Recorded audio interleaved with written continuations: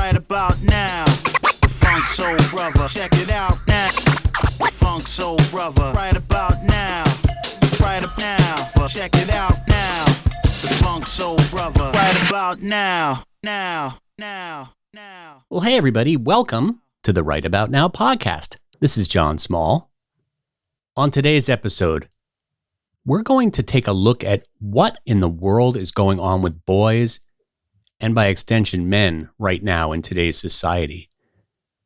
Boys are they're in a crisis. I mean, listen to these statistics.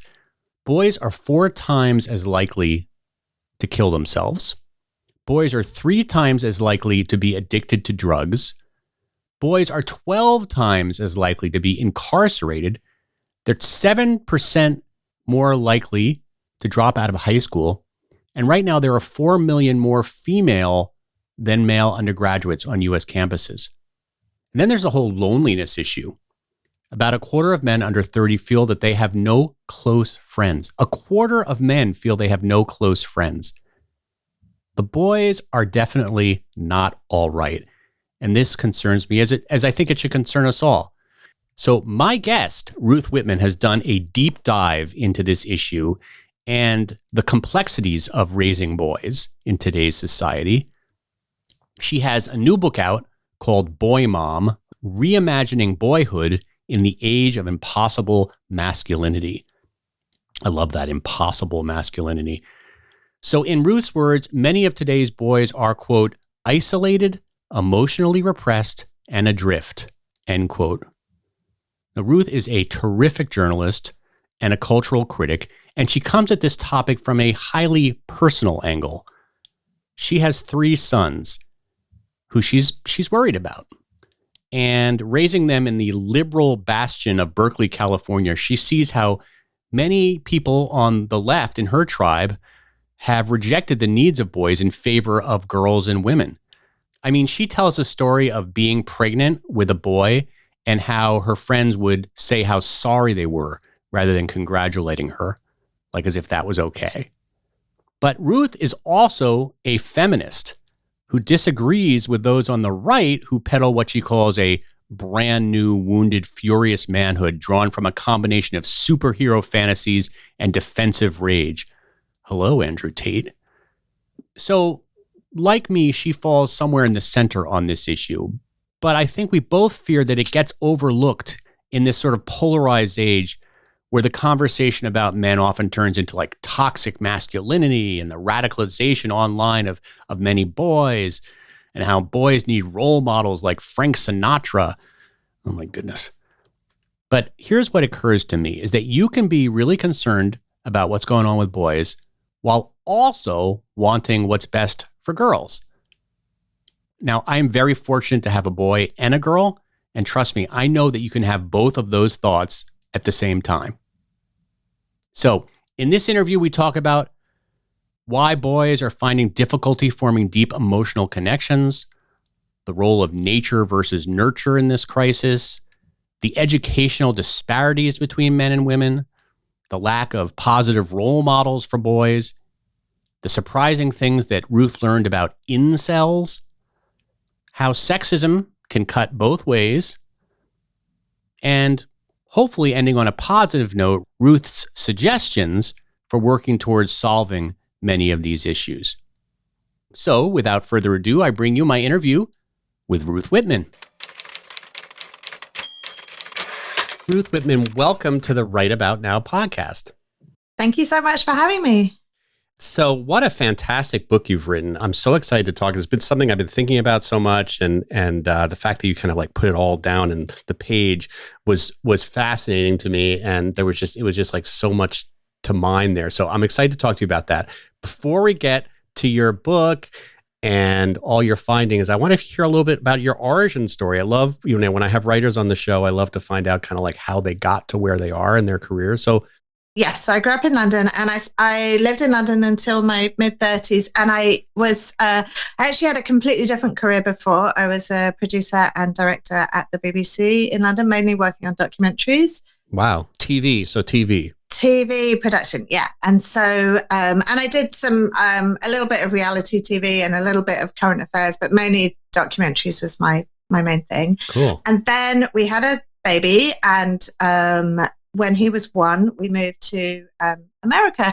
And I had, in that year when I sort of had some maternity leave, and then I did do 3 months of trying to combine a TV career with a baby, and that was Not kind easy. of terrible for everybody. And it wasn't working. And then, like, happily, my husband got a job working for a tech company out here in the States, in California. And so we moved here.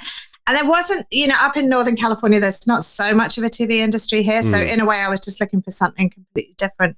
And I started writing and, publishing things in Huffington Post and the New York Times. And then one of the articles that I wrote for the New York Times turned into my first book, which is called America. Yeah, which is called America the Anxious, which is about moving to the US as a British person and the kind of American obsession with finding happiness. So I wrote that book and then carried on publishing various things. And then that turned into BoyMom when I had my 3rd son. Yeah. Well, first of all, the anxious thing. Yeah. Americans' obsession with finding happy. We're not going to talk about your first book that much, but I am obsessed with that topic. And I feel like, is that not true in Britain? The British people are not obsessed with finding happiness? I mean, I think they probably are at some like deeper level, but it expresses itself in a really different way. I think there's this, British people are quite cynical, they're quite skeptical. And so they're not as sort of open to somebody coming along and saying, I can teach you the path to happiness, And so there's not so much of a sort of embrace of the self-help. But it's starting to change. And I think that British people are becoming more open to that kind of thing. But there isn't quite such a sort of cultural imperative to go out and live this happy ever after in the UK in the same way. Interesting. All right. So let's go to your newest topic. Yes. And that is what is going on with boys and men and is this just an American society, or do you feel like this is kind of crosses over to many different cultures when you wrote this book? Yeah, it's interesting. I think that, so I wrote and reported the book mainly in the United States, but then I did write a UK version of it. I have a different publisher in the UK. And I thought, I didn't know when I started writing the UK version, would this be like a universal thing? Would I have to re-report the whole thing? Would it be totally different issues? And what I found was way more similarities than differences. And so I think, there are some sort of slight cultural differences, but I think the sort of themes of masculinity, of loneliness, of the way that we raise boys, it really was almost kind of a like for like in terms of the UK and the US. And obviously there's many other different cultures where things show up in slightly different ways. But I think there are some kind of, if not universals, then things that are very common in many different cultures. Well, let's set the stage here about what we're talking about in case people don't really understand that there is a crisis going on here. And I was looking up some statistics before I got on with you, and they were shocking. And you kind of make reference to these in the beginning of your book, but in terms of like the landscape right now, that, men are 4 times as likely to kill themselves as women. They're 3 times as likely to be addicted to some sort of drug, 12 times as likely to be incarcerated. And then the dropping out of school phenomenon is really interesting. The 4 million more women undergraduates than male graduates on U.S. campuses. And guys tend to drop out of school a lot more, even than back in my day. Yeah, they enroll far less and they drop out far more. And there also seems to be a sort of, I don't know if this is measurable, but a sort of loneliness epidemic happening among men too. Yeah, and so that shows up in like both in terms of how materially isolated men and boys are becoming. So they're spending more time on screens than their female peers and less time socializing in person. And also just sort of the way they report it. So I think there's, a quarter of men under 30 feel they have no close friends at all. And in my research for the book, I was talking to lots and lots of boys and men. And even the ones who did have friends and did hang out with their friends still felt this kind of loneliness because they felt that they weren't able to form these very deep, emotionally vulnerable, kind of supportive relationships that maybe women find easier to access. Yeah. And one thing I really like about your book, aside from you being just an interested observer in this phenomena, you have a personal interest in it too. And you've written the book sort of as a half memoir, half, research book, half reporting.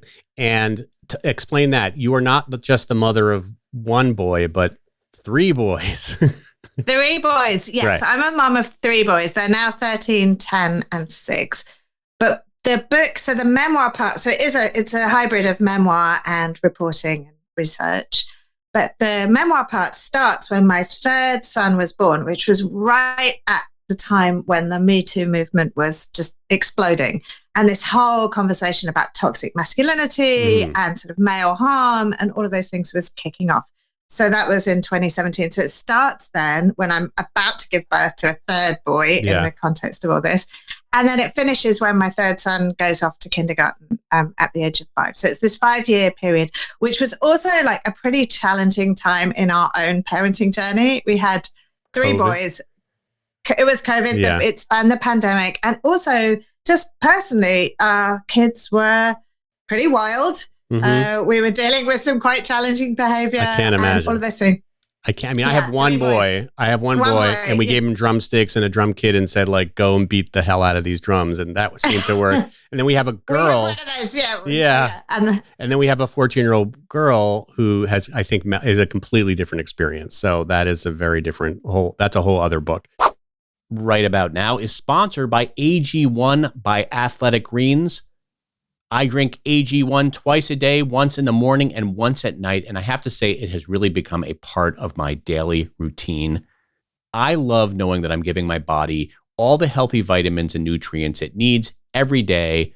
So I'm not stress eating, or I'm not taking a fistful of vitamins that cost an astronomical amount at whole paycheck. And I love that it's an all-in-one drink. And it tastes really good too. I mix it in coconut water.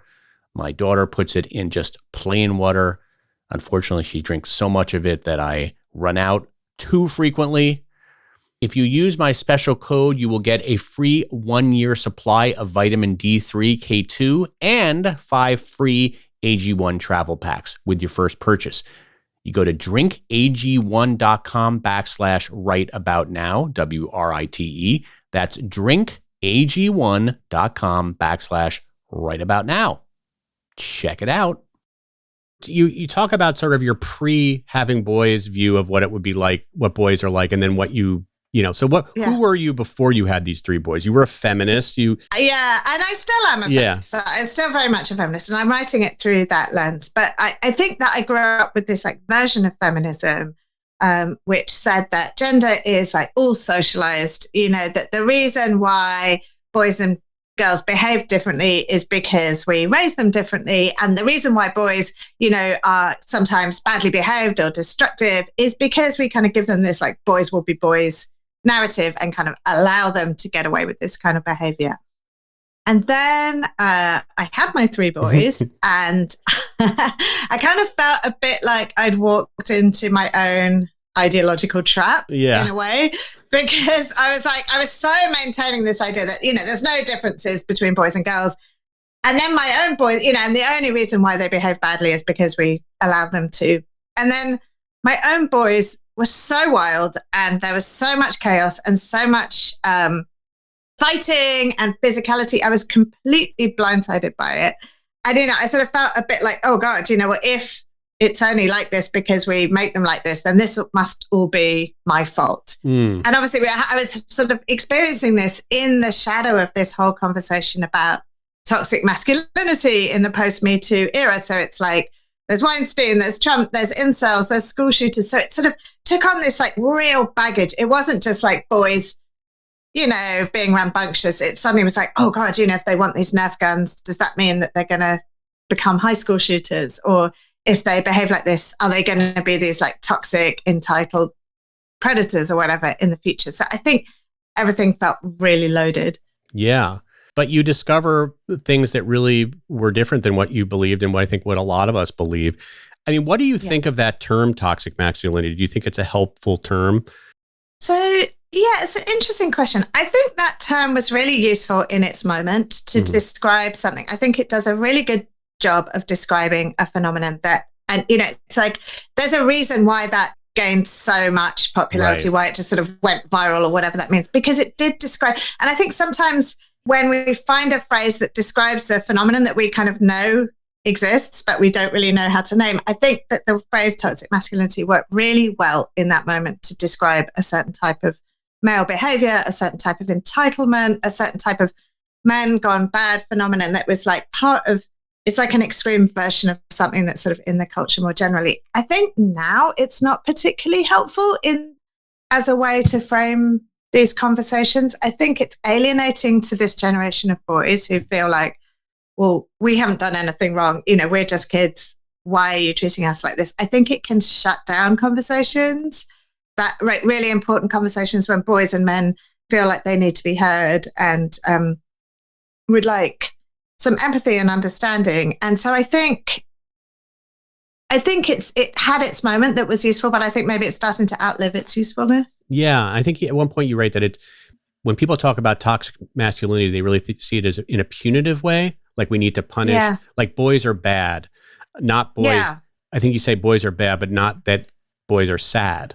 Yeah. So I think there is this tendency, both sort of at an individual level and at a cultural level, that we see troubled boys and we label them as bad and not sad. So, and often they kind of rise to that because those are the sort of terms that we allow them to live their lives on. And because we don't engage with their emotions in the same way, it sort of often becomes a bit of a self-fulfilling prophecy. So things like depression in boys often manifests more as like what they call externalizing behavior. So like substance abuse or aggression or, acting out,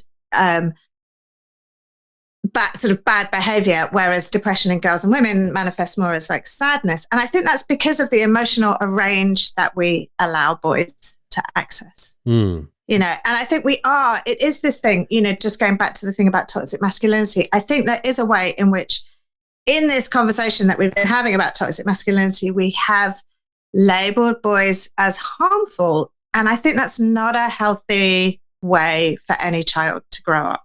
I think it's almost like we've sort of labeled them as these kind of predators in waiting, and the best we can hope for is to kind of minimize the damage that they're going to cause. We're not giving them this like positive narrative about, being an expansive and fulfilled human being. It's just like the best we can hope for is to just kind of limit the harm that you're going to cause. Yeah. Yeah. That's really interesting. Let's talk a little bit about, you talk about nature versus nurture. Yeah. Let's talk a little bit. I mean, as a mom, you know all about nurture. So like what did your research reporting find about the way boys are being raised now, and why is it not kind of working for a lot of them? So I think that one of the things that really stood out to me, when I went into all this research about sex differences and, what's nature, what's nurture. And I think it's a very complicated area because obviously nature and nurture are super, super intertwined, and genes get, epigenetics, so the genes get turned on and off.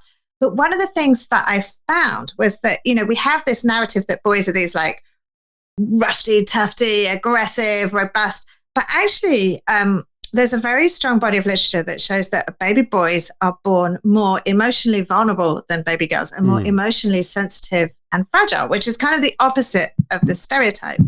So like a baby boy is born with his brain about a month to 6 weeks behind a baby girl's brain in development. And that's mainly the right brain. So the right brain is the part it's responsible not so much for cognition or like whether you're good at reading maps or math or, those things that we tend to think of as gender differences. It's the part responsible for emotions, emotional self-regulation, and forming attachments. So because a baby boy's brain is immature at birth, and a baby girl's brain is more like resilient and independent, boys actually need more like nurturing support from caregivers in terms of, regulating their emotions, forming the attachment bond, all those sort of tasks that newborns have. And they're more vulnerable to disruption. So if something goes wrong, if they're like, there's neglect or poverty or postpartum depression or any kind of disruption, it's going to have a bigger effect on a baby boy than it does on a baby girl. On average, these are all averages.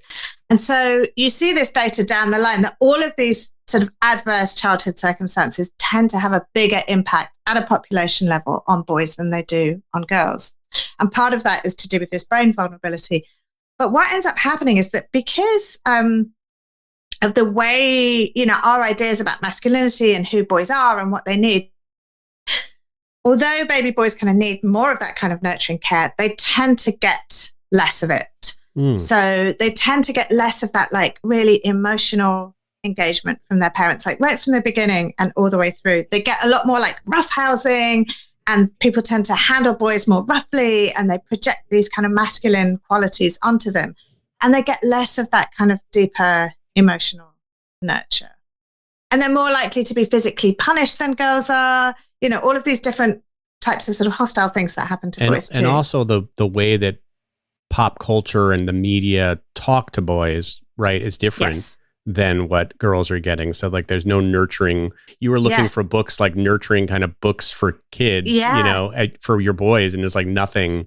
There's like nothing there. Yeah. So like girls get all these stories about relationships and friendships and nurture, and boys get all these stories about basically adventures and battles. So it's like, there's all their stories are like, there's a hero, there's a villain, there's a winner and a loser. It's combative, it's competitive, and you know, someone is a hero and someone dies. And that's the binary that they understand human interaction to mean. And, you know, I was just watching actually with my 6-year-old, we're going to go and see Inside Out too. I saw it last weekend. Yeah. So we watched Inside Out, the first movie, just to kind of prepare ourselves. So I'd seen it before, but before I'd sort of been doing all this research. And what was really interesting to me watching it with my son was that like, it's this story, and obviously, as you know, it's like a girl, and she has this very fully developed emotional life and this interiority. And every time a male character comes on the screen, his interiority and his emotional life is seen as a joke. So it's like the dad comes on and it's just like, you know, you see inside his brain, it's just like, sports. And then the mom's like, what do you think? And he's like, I don't know. Yes, whatever you think, love.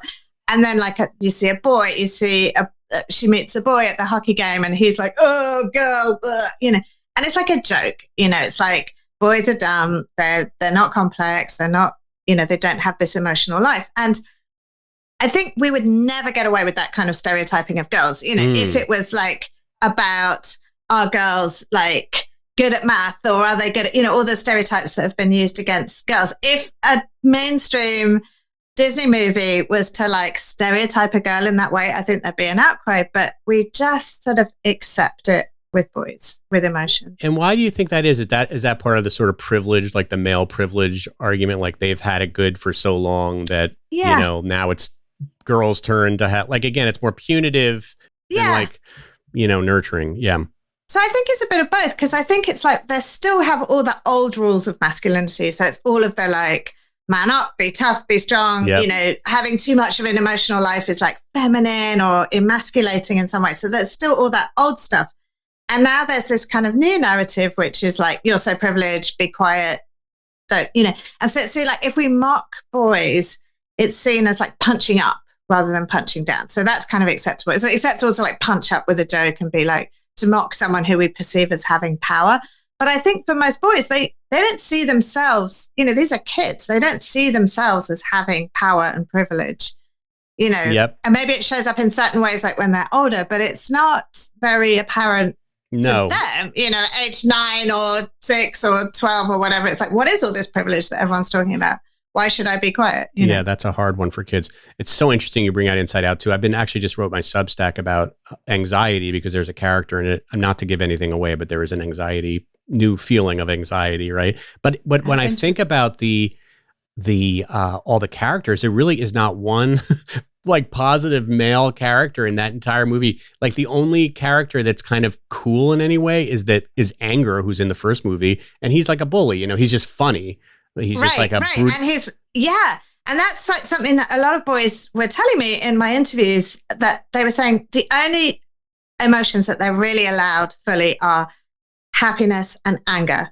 They're not really allowed full access to the other ones. So like anger is like, you can be angry, you know, that's fine. That's the male thing. So they teach. But joy is a girl, and all the good emotions are the girls. Boys, right. It's so it's true. Crazy. And that's like really true in real life, that we allow boys anger. We don't allow them anything else. So we teach them to code all their emotions as anger. And that starts to become a self-fulfilling prophecy, I think. The other thing you bring up is the idea of, you know, boys and friendships, and girl friendships are so different than the way boy friendships are. And this kind of leads to a different type of adult, even into your adult life. And talk to me about the differences of friendships between boys and girls and how it sometimes has an adverse effect on men. Yeah, so I think this is part of this, like, not teaching relational skills, not teaching emotional vulnerability. I think male friendships tend to be much more action orientated, and they tend to be, about shared interests rather than like emotional connection. And a lot of boys feel like they can't really be emotionally open with their male friends. Yeah. This was like, I interviewed all these boys, and this kept coming up in different ways over and over again. And when they wanted like an emotionally vulnerable or supportive connection, they kind of looked to girls to provide that. So that's so interesting. Yeah. I was thinking, where do guys basically, they find their female friends. That's where they can get emotional. That's why. Yeah, that's where they can get it. And they can't get it from each other. They felt embarrassed talking to their male friends about that stuff. So they would either find a girlfriend or a female friend. But I think like in the culture, and you're seeing this, or I'm certainly seeing a lot of it, which is like women are kind of fed up of providing that role. Yeah. We're just like, we've sort of run out of like goodwill. We're like, okay, well, we want to just focus. We want to be cared for as well. We want men who are competent to do this work for themselves and for each other, as well as just expecting us to do it for them. So I think we're not teaching boys to do it for themselves. And what was really sad was that I expected the boys to be like, oh, well, this is just the way that boys are, and this is the way we like it.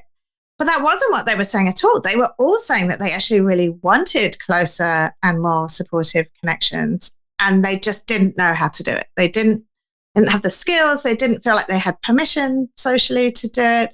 And so they craved that emotional connection. And then I think we're seeing down the line in like adult men, this like loneliness epidemic where so many men feel disconnected. They feel lonely. As you say, the suicide rate for men is like nearly 4 times that of for women. And so I think there is this crisis which starts in boyhood. We're not teaching the boys to do this stuff. And then there's all these downstream effects to it. And then you also talk about this sort of lack of masculine, well, I don't even know if it's masculine, but lack of good role models for men, like in culture and just in their, Can you talk a little bit about that? Because I feel like that is such a problem. And it's interesting, Jerry Seinfeld has been talking about that. I don't know if you've heard him he's getting quoted on this a lot, where he's kind of like, he feels like there's no good male role models anymore.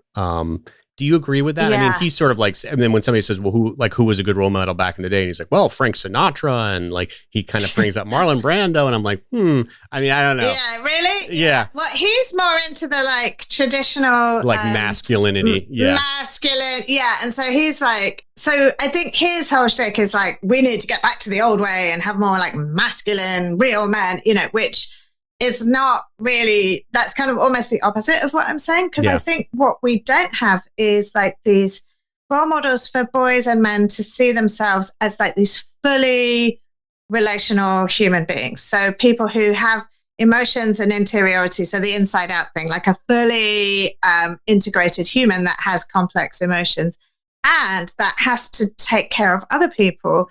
So like, one story that I quote in the book was just seeing this magazine that was like aimed at tween girls, and it had this like pink sparkly cover. I saw it in the bookstore with my sons, and they're like, "Oh, look away! We can't look at this pink thing." Even glancing in that direction will be like emasculating and terrible. And in that magazine, there was this story, and it was this girl. She'd been invited to these 2 birthday parties, and they were scheduled for the same time, and she didn't want to disappoint either one of her friends. So she's like running secretly between the 2 parties, pretending to be a full guest at both and being like, eat the cake there, then run over to the other house and eat the cake there and then play the game. And it was this tale of like very extreme emotional labor. I sort of related to it as a woman, as a mom. I was like, oh yeah, I can see myself doing that. But I just realized that there are no stories where that character would be a boy, a boy who's like thinking so hard about what his friends want and need that he is like sacrificing himself for that to happen for his friends. And, and just like really tracking other people's emotions. And I think we're doing boys a disservice that we're not giving those kinds of role models. And I think it's not so much about celebrities exactly. I think, that can help, but it's more about seeing those people in the material that you interact with all the time, that like in your stories, in your books, in your TV shows, it's that whole thing, like if you can't see it, you can't be it. Yeah. Have you identified any in culture now that are like There's a few. Yeah, there's a few. So like one book that I talk about a lot that my sons really enjoyed and I thought was great was the book Wonder. There's a movie of it as well. It's about a boy with a facial disfigurement. Yeah, but the way that that book is written is that he has very full interiority. You see his emotional life. It's complex. It's real. He thinks about his mother. He thinks about his father. He thinks about his friends. It's like a real story of a real person, which is rare with boys. I think either you get the like battling adventurer, or you get, conquering hero type, or you get the kind of anti-hero, which is like, I don't know if your kid ever read like The Wimpy Kid. Yeah, Diary of Wimpy Kid, totally. And I know you talk about that a lot. And you talk about that. And it's just this guy who hates everything. Like he's defined by like, he hates school, he hates girls, he hates his parents, he hates his siblings. It's just like this sort of negativity that is. But there must be something. I mean, those books have sold millions, so there must be something that he's tapped into something that boys identify I think he has. Right? Yeah. Yes, I think he has, and I think part of it is that boys want real stories about their real lives. Mm-hmm. All of their stories about these sort of far-flung adventures and battles and things that it's not really what their lives are like. So they see this and they're like, "Oh yeah, yeah," and it's this is real. It's real and it's silly, and boys are into slapstick stuff. Yeah. So so there are thankfully some role models for kids. So once they get, and your kids aren't there yet, and my kid is just getting there, but he's not just, hopefully he'll never get to this place, but this whole idea of the failure to launch, right? Yeah. Oh God. Yeah. This has become like a huge issue in this, particularly like Gen Z. And I guess some millennials, I don't know. It doesn't seem to be, it's like, I'm a Gen Xer, so it doesn't seem to be like everything skipped us. Yeah. So, but this idea that like, people living in their parents' basement and like playing video games all day, is that all a result of what we've been talking about? Just like this inability to kind of like, they haven't been nurtured enough. They don't have intimate relationships with their friends. Like, what's that all about? I think it's a combination of things. So I think all of the trends that we've been talking about, absolutely, and the kind of pressures of masculinity. And then, and I write in the book about how I think these kind of hero stories, it's almost like most things that you have to do to become an adult are not really very heroic. It's things like learning to do your laundry or, studying for your social studies test or whatever. And those kinds of things. I think if you've been set up with this idea that you're supposed to be this glorious, conquering, special hero, then those things are quite hard to achieve, to do. But then also, I think because the boys now are like living in the digital era. And so I think it's very easy for them to sort of access this, so if real world stuff is kind of fraught and boring, and then suddenly you've got this like option to bypass it with like video games where you can be the conquering glorious hero that you're supposed to be, then you have that option. And I think, and also because like real life socializing is quite fraught for boys, especially I think to do with sex and relationships. I think they're in a really complicated moment in the post Me Too era. So I think then it's very fraught for them, the idea of forming relationships with women, especially. And so, but now we have like all these options. There's all this porn, there's all these video games, there's Discord, there's all these ways to just kind of bypass all of that real life stuff and just avoid it. And I think that's what's happening. Boys are becoming very avoidant. And sort of the most extreme example of this is the incels.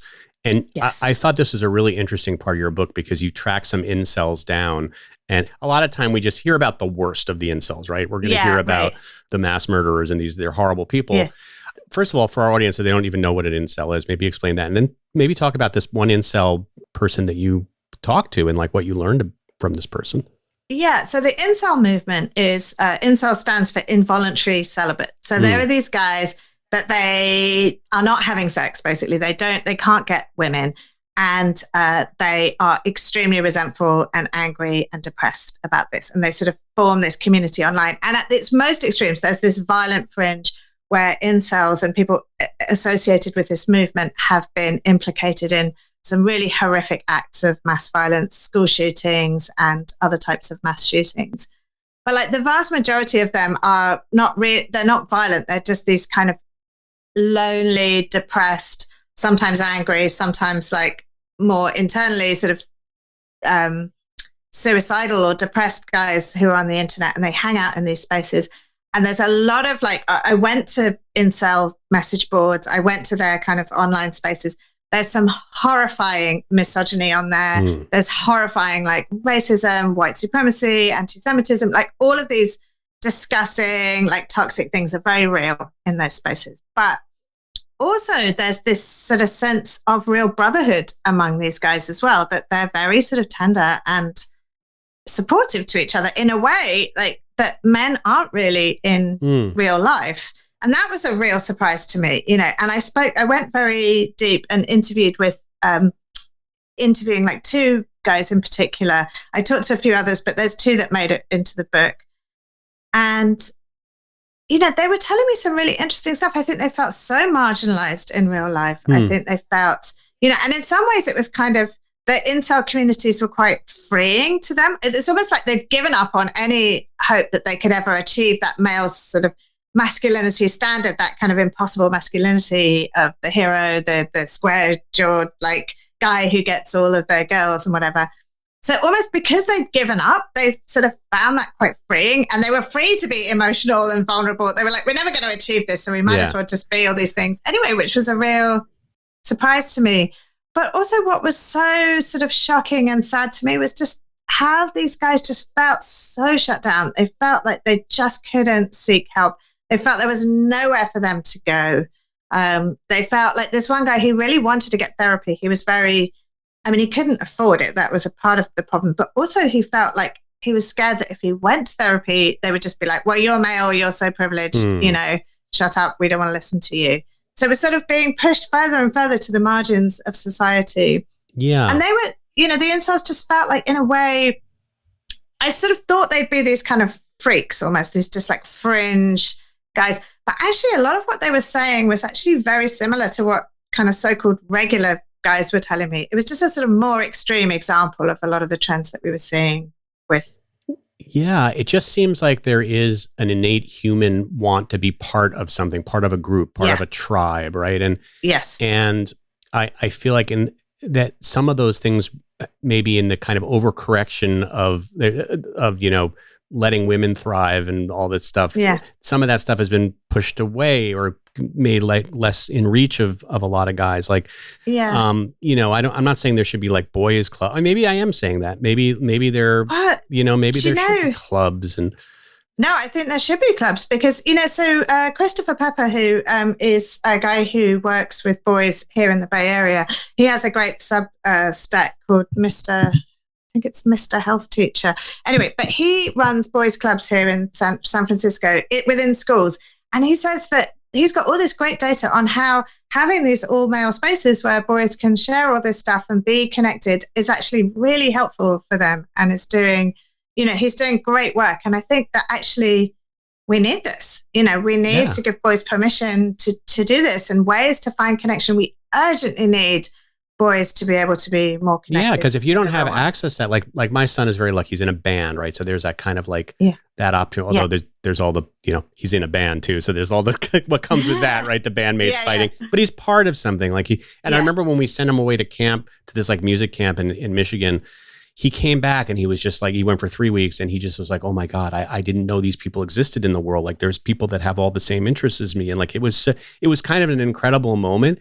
And I even find myself as an adult, like I'm always looking for groups to join. Like, you know, how can I be involved? And actually my therapist, I'll give her a shout out, Kimberly Resnick out here.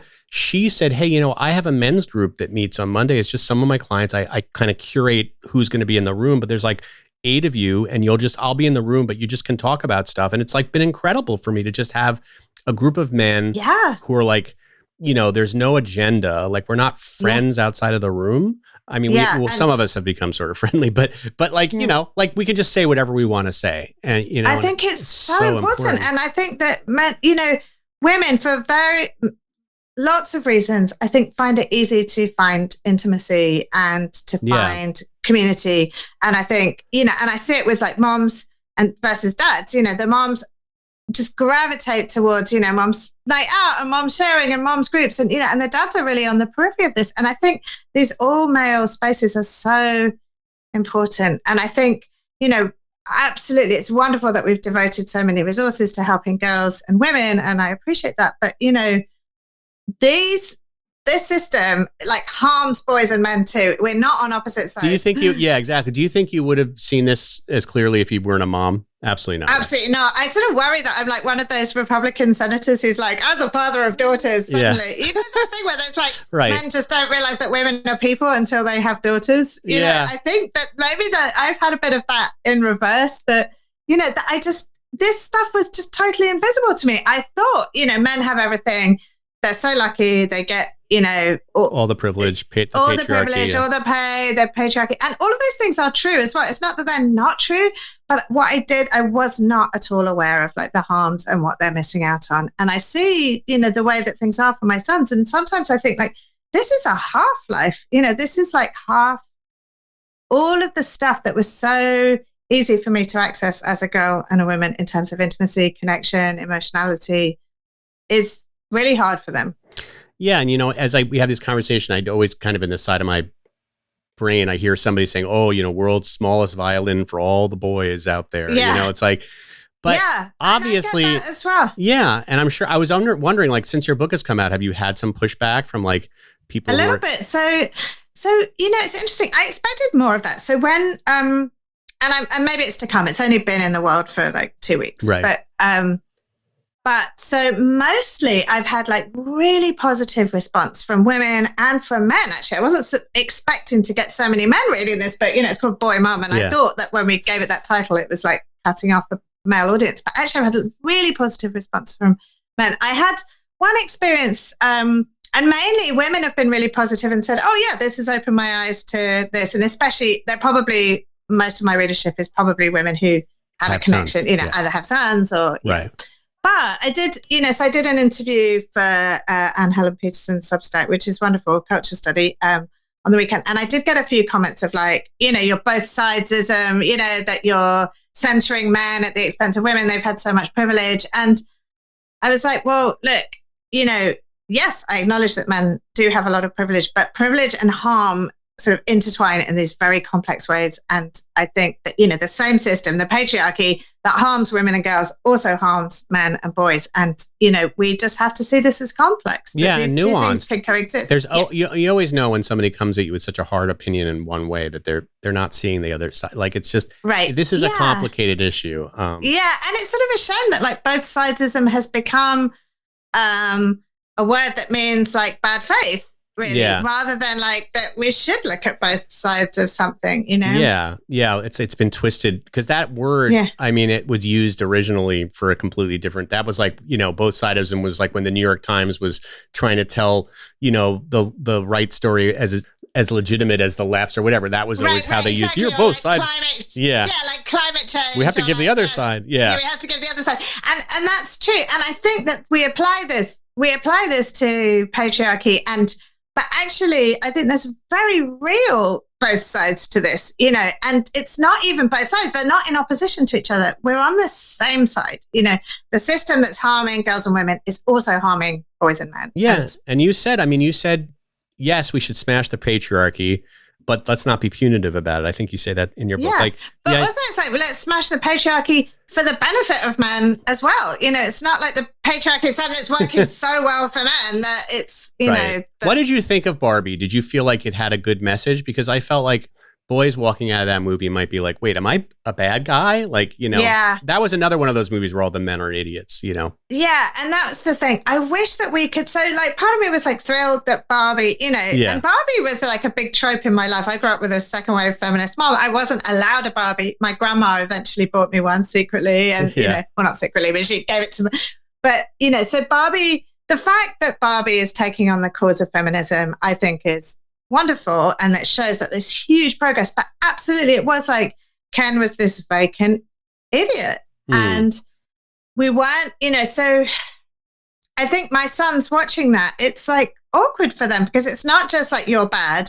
It's like also you're stupid, you're idiotic, you're stupid, and they're not stupid. They're complex, and these things affect them as well. And and it's like, is there a way that we can tell that story in a more interesting and complex way. I thought half of it was interesting, but I'd love to see the other half. I would have loved for that to go into like why the system isn't working so well for Ken either. I have to, who's the filmmaker again of that film? Greta Gerwig. Greta Gerwig. And I wonder if she has boys. I just wonder.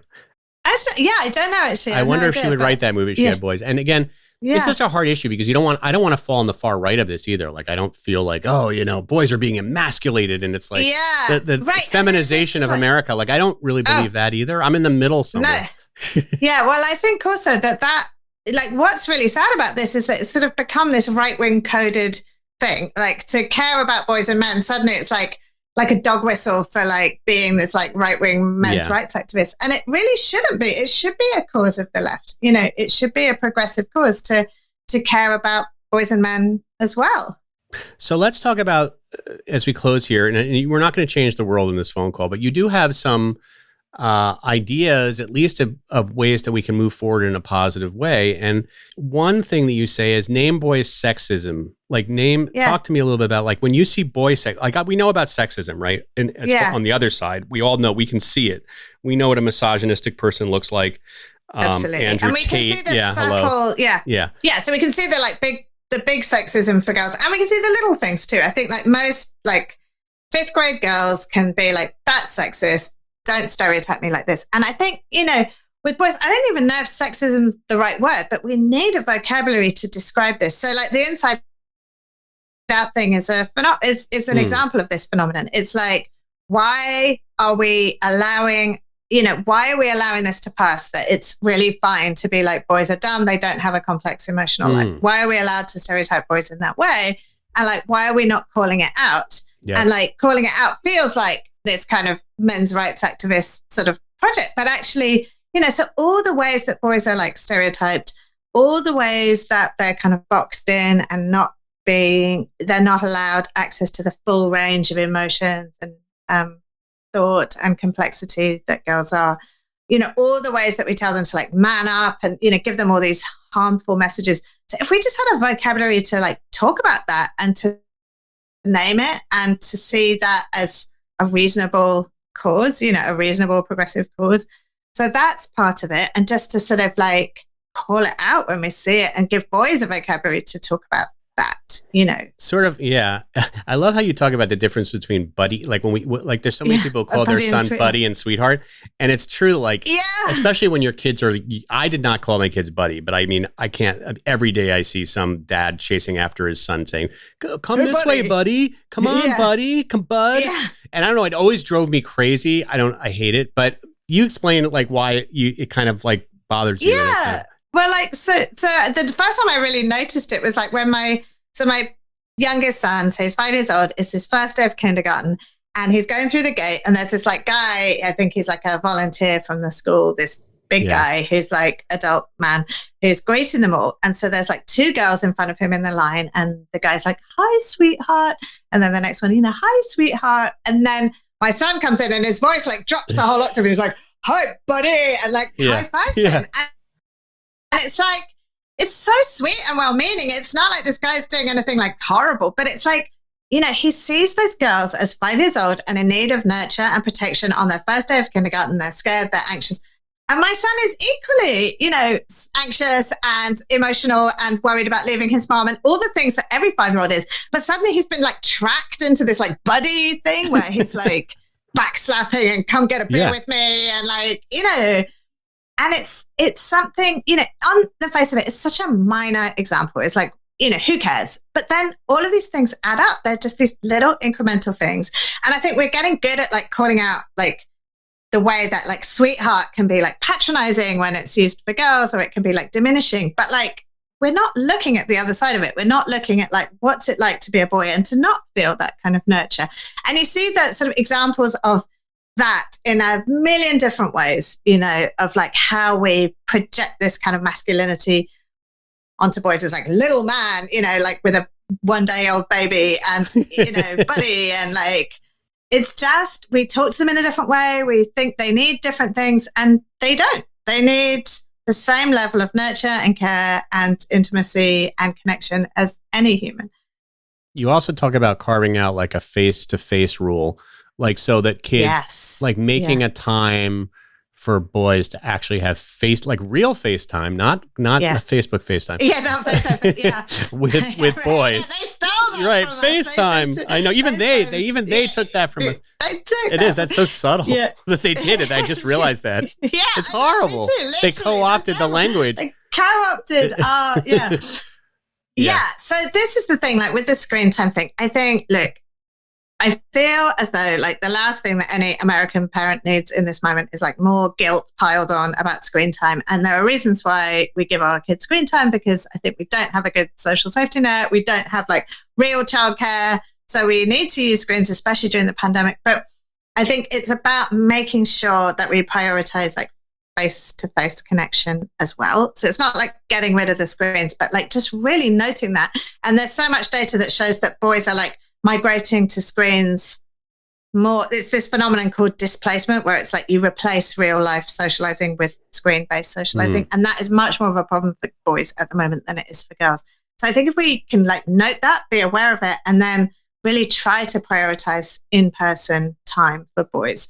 And it's hard, but kids come over here and they just want to be on screens all the time. And involves some saying no. And then it's like this painful moments where they have no idea what to do with themselves apart from being on a screen. Maybe this is just my kids, but I've heard the same from many families. And it's just like pushing through that discomfort and being like, yes, you can do it. I believe in you. I believe that you can find something to do that's not this. And then they do. They eventually do. It's excruciating, but they do. You must come up with a lot of book ideas. Right. I mean, you're like, how did this one, how is this the one that you were like, okay, I'm going to devote the next 2 years or whatever it took you to 3 years of my life to writing? Like, what was this? How did this idea? Yeah, I think this one just felt so urgent to me because it was like a combination of having 3 sons and this like cultural conversation about toxic masculinity, both happening at the same time. It was just so much on my mind. It was from a real place of fear and pain. Yeah. And I think that kind of writing is the best kind of writing. Like my first book was a subject that really interested me, but it wasn't coming from this pace of like desperation. Yeah. Like this is real and that's what the book it really is. It's like a plea. You're like so worried about becoming a person you don't want to be and that your kids are not going to turn out right. Yeah. Yeah. And it's coming from a very real, very raw, very authentic place. And I always believe like in all kinds of writing, whether it's fiction, nonfiction, whatever, that is like a good starting point, for it to feel urgent to write and that it's coming from something very raw and very real that you're exploring in the writing. And I think that's what this was. Are you already thinking about your next book? Like what's a raw emotion now that you're What's raw? Well, actually, I mean, you're in the thick of parenting. Yeah. I'm in the thick of parenting and I'm in the thick of book launch. So, but I'm working very tentatively on a fiction project, a novel, which explores some of the same themes, but in fiction. And I think sometimes, it's a different way of approaching it because it's not I think as my kids grow older, I don't want to write so much about them. They have their privacy. It's like their life. But, to be able to explore some of the things in fiction, I think is, yeah, I'm right there with you. Anyway. It is. Fiction is kind of what I've been thinking about writing recently too. Oh, I'm excited to read yours. Me too. This has been such a joy, Ruth. Thank you so much. Thank you. No, it's been such a pleasure. And if people want to know more about you and your book, do they go to your website? Here it is.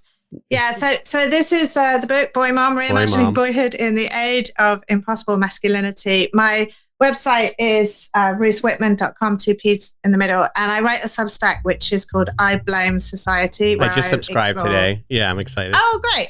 Well, thank you. Yeah, so I explore all these themes about gender and masculinity and boyhood and also write about other things too. So.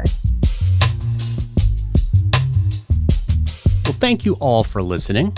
If you liked what you heard, please follow the show and stop what you are doing right now, unless, of course, you're driving, and give the show a rating and a review so that others can find it. One last thing. I will be teaching a 6-week writing workshop in August. So if you're interested in finding out more about that online class, shoot me an email at jonathan@writeaboutnowmedia.com. I'll add you to my mailing list. That's Jonathan, Jonathan, @writeaboutnowmedia.com. Until we meet again, This is John Small encouraging you to do the right thing.